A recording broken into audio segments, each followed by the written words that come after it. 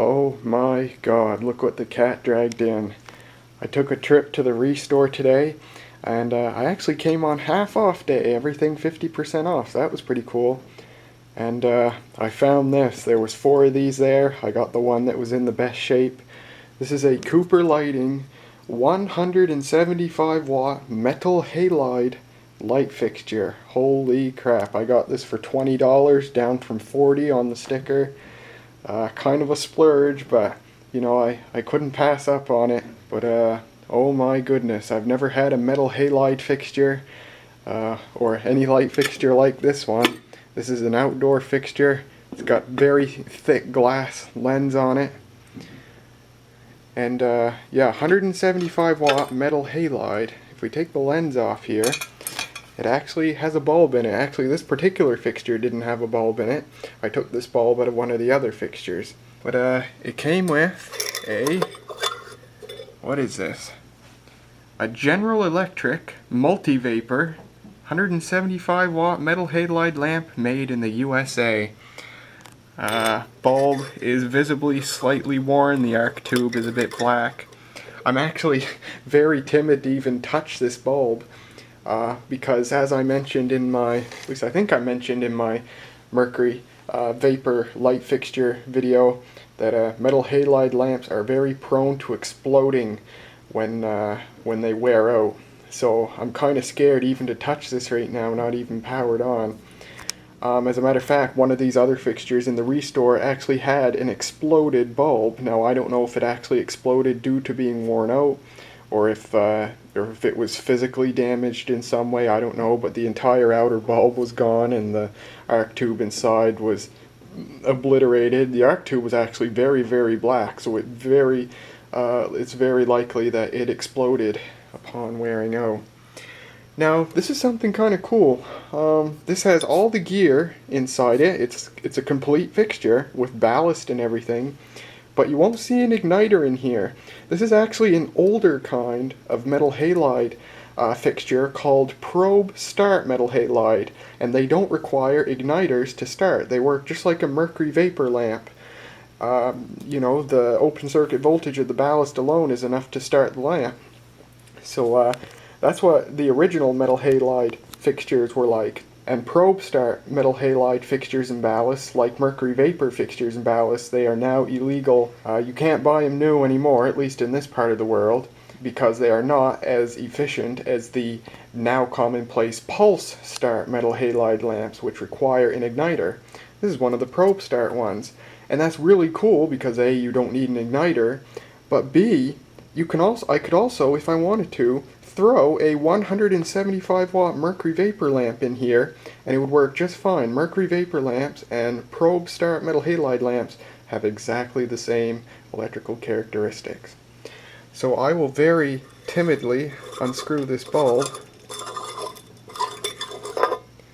Metal halide lamps are so dangerous, in fact, if you know, if they're not replaced promptly when they start to wear out and stuff, that official specification actually requires these to be placed in fixtures with a thick glass lens that can contain all the pieces of the bulb in the event it explodes. Although if you want to, you can buy special metal halide lamps called open rated lamps, which are designed such that the outer bulb can generally contain an explosion, and so they're considered safe to use in fixtures that aren't enclosed like this. But that bulb is not the case. That's a balls to the wall bulb. So if we lift this cover up, there's all your guts inside. Ballast, magnetic ballast, and a capacitor for power factor correction. This ballast is capable of 347 volt, 120 volt, and 277 volt. And I've checked out all the wiring. Everything's in good shape here, and it is wired for 120 volts.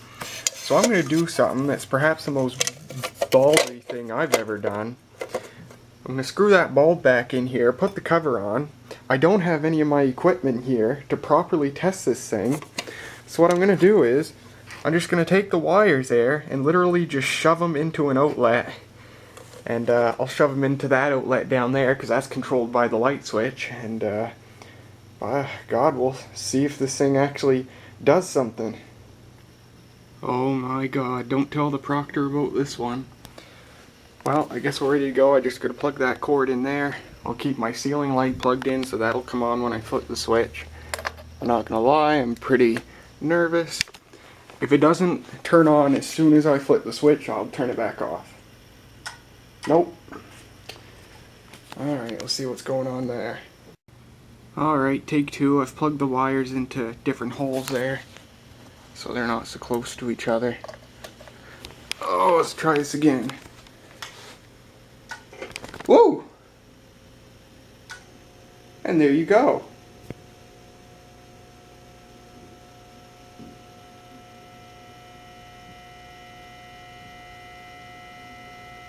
Fuzzy ballast.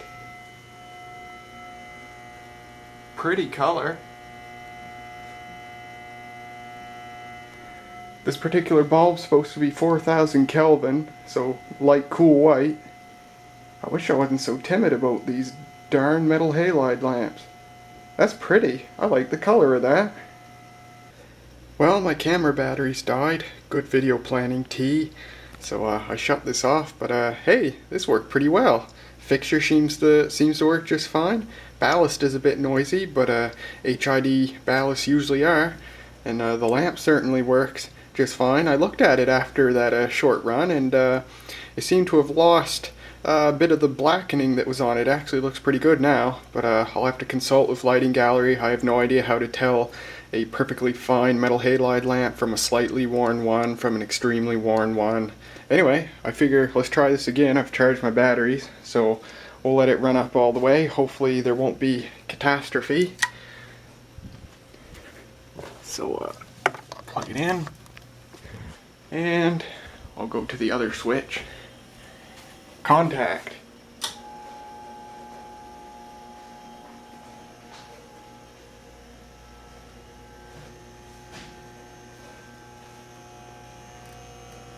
You see that orange glow at the end there? That's the electrode. One of the electrodes incandescing from the heat.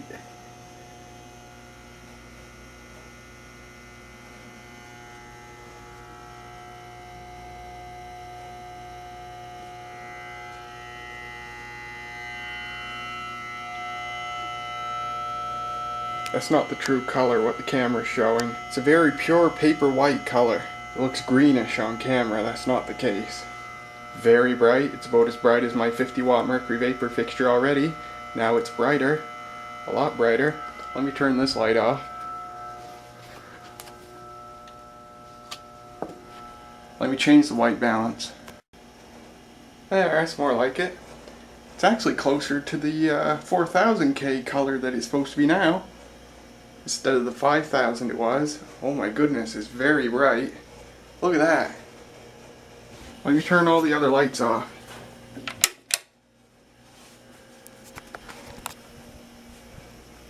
Holy mother.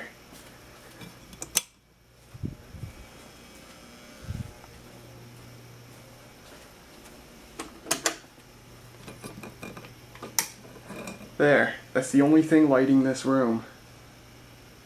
Oh, that's bright. 175 watts. That'd be about equivalent to, what, I don't know, a 1000 watt incandescent lamp, 1500 watt. I can't look at it, too bright. I have my left ear plugged the whole time. I shouldn't be paranoid of it exploding, but I am. It's just the way I am. Oh my gosh. See what you're seeing on the camera here? That's real. That's how bright this room is. Lit up by that. Way brighter than what all the, what the ceiling light and the nightstand lamps do.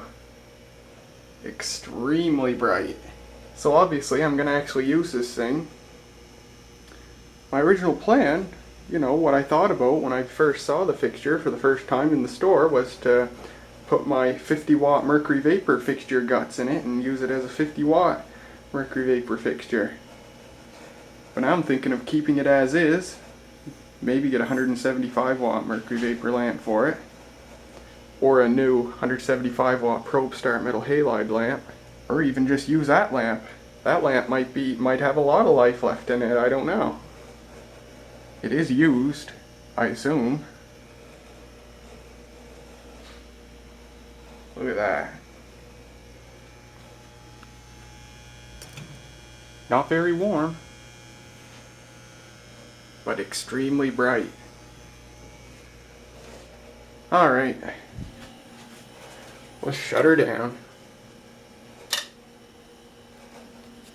And there's a slight orange glow coming from the lamp. Alright, I'll let it cool down for 15-20 minutes or so, and then we'll see what the bulb looks like. Here it is.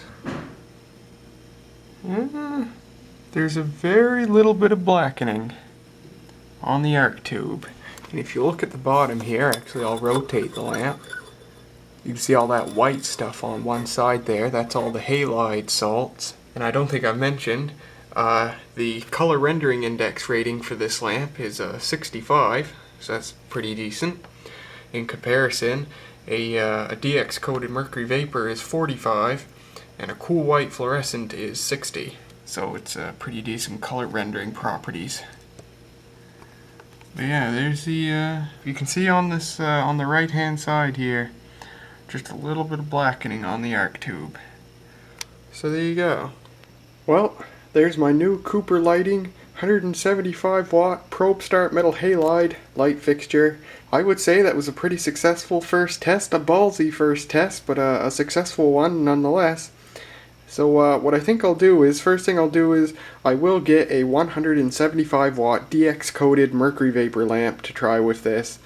And when I do that, I will make another video of this, and in that same video we'll take it apart and take a look at the ballast and the capacitor and everything else. It'll be a more official video of this fixture, if you will, and I'll wire a cord on it as well. So there you go. Hope you guys enjoyed, and I'll see you guys later, and I look forward to using this in the near future.